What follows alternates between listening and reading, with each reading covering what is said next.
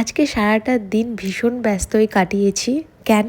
চলো তোমাদের সঙ্গে শেয়ার করি। সকালে ঘুম থেকে উঠেই আজকে ব্রেকফাস্টের জন্য বানিয়েছিলাম চিকেন স্যান্ডউইচ। বোনের আবদার, যতদিন আমি থাকবো তার মধ্যে একটা দিন অন্তত তোমার হাতে চিকেন স্যান্ডউইচ আমি খাবো, তাই স্পেশালি আজকে ওর অর্ডারেই বানানো হচ্ছে। আর সকালের ব্রেকফাস্টেই ভোরে ভোরে কত চিজ লাগাচ্ছে। ব্রেকফাস্টটা রেডি করলাম, এদিকে আমি চাটাও বসিয়ে দিয়েছি। আর যে কারণে সারাদিন আজকে বিজি সেটা হচ্ছে আজকে আসবে আমাদের বাড়িতে গেস্ট। কে বা কারা আসবে সেটা ভিডিওর শেষে বলছি। খাওয়া দাওয়া কমপ্লিট করেই সবার আগে আমি আসলাম রুমটা ক্লিন করতে। ঘর বাড়ি পরিষ্কার থাকলে অর্ধেক কাজ এমনিই হয়ে যায়। সব কাজ কমপ্লিট করে তাড়াতাড়ি স্নানটা সেরে নিয়েছি। তারপর গিয়েছিলাম একটু ছাদে, যেহেতু শ্যাম্পু করেছিলাম তাই একবার রোদে আসলাম চুলটা ড্রাই করার জন্য। স্নান করার আগে আমি যত সবজি সব কেটে নিয়েছিলাম। তো এখন বলি কারা আসবে।